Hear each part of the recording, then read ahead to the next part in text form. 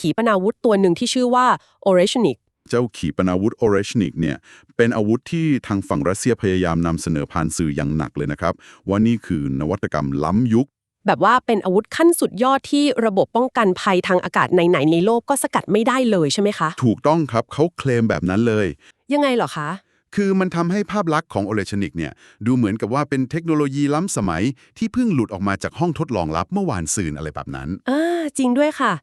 พอคนทั่วไปอย่างพวกเราได้ยินคำว่า hypersonic เนี่ยมันจะให้ความรู้สึกเหมือนแบบเป็นเทคโนโลยีต่างดาวเลยอะค่ะครับดูเป็นของที่มนุษยชาติไม่เคยมีมาก่อนแต่เดี๋ยวนะคะพอเรามาดูในแหล่งข้อมูลที่เป็นบันทึกหน้าประวัติศาสตร์การพัฒนาอาวุธจริงๆเนี่ยมันดูเหมือนว่าเรากำลังถูกตบตาด้วยคำศัพท์หรูๆหรือเปล่าคะเอาจริงๆแหล่งข้อมูลชี้ชัดเลยครับว่าถ้าเราพูดถึงแค่เรื่องความเร็วระดับมัค5หรือว่าเร็วกว่าเสียง5เท่าเนี่ยมันไม่ใช่เรื่องใหม่เลยแม้แต่น้อยครั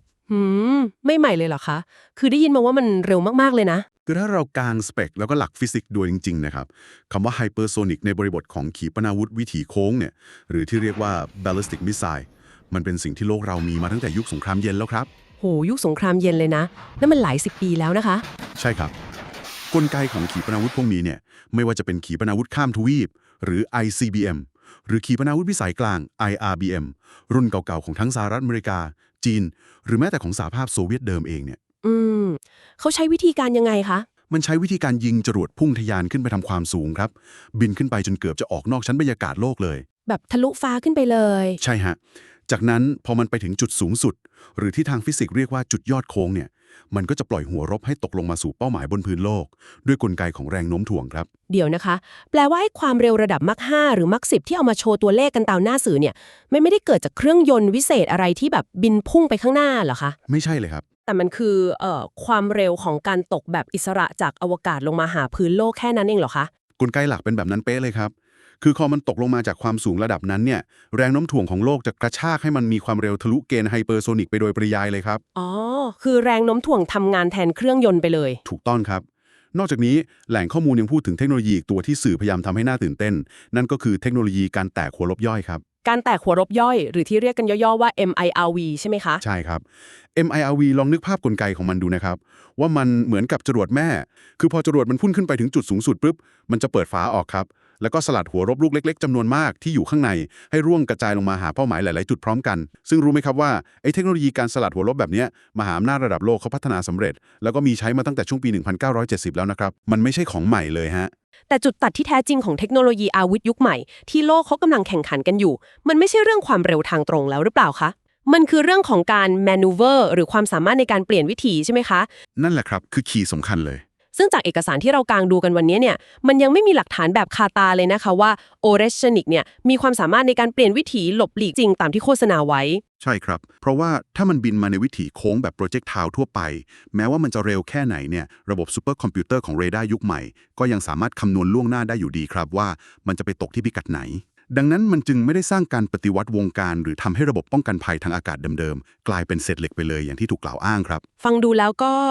็สรุปได้แกนแรกเลยนะคะว่ามันไม่ใหม่เลยสักนิดแล้วสหรัฐหรือกลุ่มนาโตเองก็คงมีขีปนาวุธที่ยิงขึ้นอวกาศแล้วตกลงมาด้วยความเร็วสูงแบบนี้อยู่ในคลังแสงเพียบเลยสิคะมีแน่นอนครับมีมานานแล้วด้วยในเมื่อมหาอำนาจอื่นเขาก็มีเทคโนโลยีนี้ทำไมตลอดระยะเวลาหลายสิบปีที่ผ่านมาเราถึงไม่ค่อยเห็นการนำอาวุธระดับ IRBM แบบนี้ออกมาใช้ในสงครามความขัดแย้งทั่วไปเลยคะทำไมทุกคนถึงเลือกที่จะเก็บมันไว้ในกรุอย่างเดีย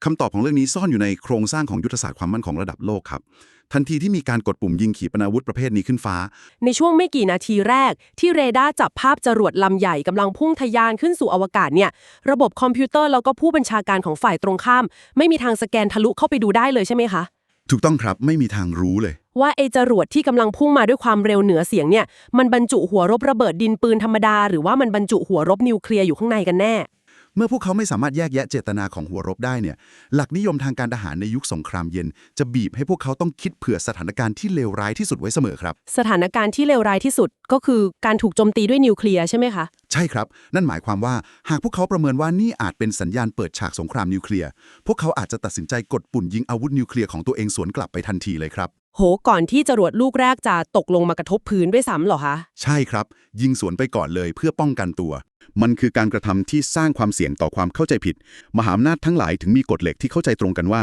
อาวุธระดับยุทธศาสตร์แบบเนี้ยต่อให้มีอยู่ในคลังแสงเยอะแค่ไหนก็จะไม่มีวันเอามาใช้พร่ำเพรื่อในสงครามแบบแผนทั่วไปครับอ๋อคือมีแต่ไม่ใช้ใช่ครับกฎเหล็กข้อนี้ถูกรักษาไว้อย่างเหนียวแน่นมาโดยตลอดเลยนะฮะแต่ว่าครั้งนี้มันไม่เหมือนเดิมใช่ไหมคะ ใช่ครับการที่ทางรัสเซียตัดสินใจพังทลายเส้นแบ่งนี้แล้วเลือกใช้อาวุธที่มีสถานะเป็นสัญญาณที่อันตรายที่สุดมายิงใส่ยูเครนมันก็เลยนำไปสู่ข้อสรุปในบทวิเคราะห์ประการต่อมาครับข้อสรุปที่ว่าคืออะไรคะ เขาบอกว่านี่อาจไม่ใช่การแสดงความเหนือกว่าแต่อาจเป็นภาพสะท้อนของความสิ้นหวังบางอย่างครับโหสะท้อนความสิ้นหวังเลยเหรอคะตรงนี้แหละค่ะที่น่าสนใจมากเพราะถ้าเราดูกำลังรบของรัสเซียตามที่รายงานบอกเนี่ยพวกเขามีกองทัพขนาดมหึมาเลยนะคะมีคลังอาวุธตามรูปแบบมหาศาลเลยครับพวกอาวุธทั่วไปที่เราเห็นกันนั่นแหละครับใช่ค่ะทั้งเครื่องบินรบขีปนาวุธร่อนโดรนพลีชีพจำนวนนับไม่ถ้วนหรือแม้แต่ระบบปืนใหญ่ที่ระดมยิงได้ทั้งวันทั้งคืนอาวุธพวกนี้ถูกออกแบบมาเพื่อทำลายฐานทัพทำลายแนวสนามเพลาะโดยตรงอยู่แล้วใช่ครับมีไว้สำหรับทำสงครามแนวราบโดยเฉพาะเลยแล้วแรงจูงใจอะไรล่ะคะที่ทำให้ต้องงัดเอาอาวุธระดับเสี่ยงสงครามโลกมาใช้ในเมื่อมีอาวุธธรรมดาเยอะขนาดนั้นคือเรื่องนี้เราต้องวิเคราะห์ผ่านเลนส์ของทรัพยากรแล้วก็สายพานการผลิตครับยังไงคะเมื่อสงครามที่คาดว่าจะจบลงอย่างรวดเร็วกลับยืดเยื้อลากยาวมาเป็นเวลาหลายปี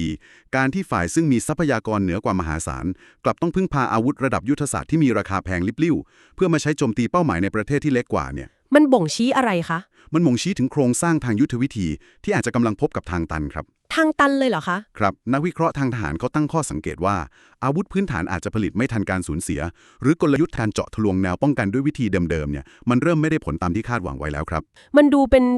การพยายามข่มขู่มากกว่าการวางแผนเพื่อเอาชนะอย่างแยบคายเลยค่ะการข่มขู่หรือ deterrence อีกเลยครับคือเป้าหมายหลักเลยอ๋อเอามาข่มขู่เฉยใช่ฮะเมื่อความสำเร็จทางยุทธวิธีหรือการยึดพื้นที่จริงบนสนามรบมันทำได้ยากขึ้นสิ่งที่ผู้นำทางทหารต้องการก็คือผลกระทบทางจิตวิทยาที่รุนแรงพอจะทำให้คู่ประปักษ์และก็พันธมิตรเกิดความหวาดกลัวจนยอมถอยครับเข้าใจละแต่คำถามตัวโตๆที่แหล่งข้อมูลพยายามชี้ให้เห็นก็คือการข่มขู่ด้วยราคาที่แพงลิบหลิ่วนั้นน่ะเมื่อถูกนำมาใช้งานจริงมันสร้างผลลัพธ์ที่คุ้มค่ากับความเสี่ยงจริงๆหรือเปล่านั่นสิครับคุ้มจริงไหมซึ่งถ้ามันเป็นสุดยอดไพ่ไม้ตายที่แบบกดปุ่มใช้ปุ๊บล้มกระดานได้ปั๊บทำลายฐานทัพหลักของศัตรูได้รับคาบเนี่ยมันก็อาจจะตอบโจทย์ในมุมมองของพวกเขานะคะครับถ้าทำได้แบบนั้นก็คงดีเรื่องความเสียหายแบบกระจายตัวแล้วก็ความไม่แม่นยำของหัวรบมันเกิดอะไรขึ้นคะรายงานระบุว่าหัวรบย่อยหลายลูกเนี่ยไม่ได้ตกลงสู่เป้าหมายทางทหารที่มีมูลค่าสูงอย่างคลังแสงหรือศูนย์บัญชาการใต้ดินเลยครับแล้วมันไปตกที่ไหนคะกลับไปตกลงในพื้นที่เปิดโล่งหรือแม้กระทั่งกระจายไปตกใส่พื้นที่พลเรือนและโครงสร้างพื้นฐานทั่วไปครับความเสียหายลักษณะนี้เนี่ยมันไม่ได้สร้างการเปลี่ยนแปลงต่อสมดุลของแนวรบเลยนะคะไม่ได้ทำให้การส่งกำลังบำรุงของฝ่ายตรงข้ามหยุดชะงักเลยแม้แต่น้อยใช่ครับแทบไม่มีผลทางยุทธวิธีเลยเอาจริงๆมันคือความพังพินาศของการประเมินยุทธศาสตร์เลยนะคะเนี่ยลองพิจารณาดูนะคะทุกคนถ้ามีการสูญเสียเงินหลายล้านดอลลาร์เพื่อสร้างอาวุธที่แหวกชั้นบรรยากาศอวกาศลงมาได้ครับต้นทุนสูงมากแต่เป้าหมายที่มันทำลายได้กลับเป็นแค่บล็อกถนนบ้านเรือนธรรมดานี่มันไม่ใช่อาวุธพลิกเกมแล้วล่ะค่ะแต่มันคือพลุไฟขนาดยักษ์ราคาแพงระยับที่เอาไว้ยิงเพื่อส่งเสียงดังให้คนตกใจเท่านั้นเองใช่ครับซึ่งในวิชาการทหารเนี่ยมันนำไปสู่คำถามเรื่องความคุ้มค่าหรือ cost effectiveness โดยตรงเลยครับนั่นสิคะยิงไปลูกหนึ่งนี่แพงขนาดไหนแล้วได้อะไรกลับมา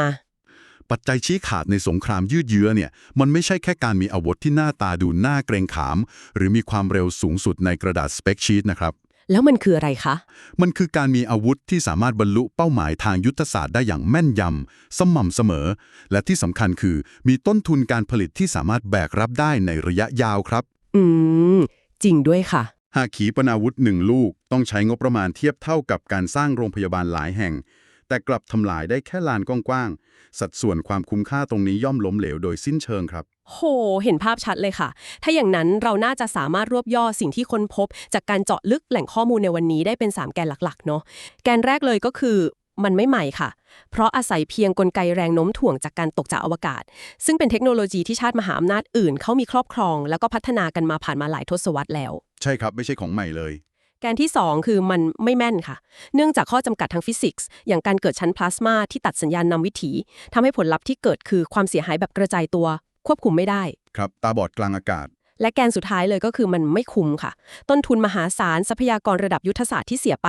แลกมากับการไม่สามารถขยับแนวรบหรือเปลี่ยนแปลงผลลัพธ์ในสนามรบได้อย่างมีนัยสำคัญเลย ถูกต้องที่สุดครับ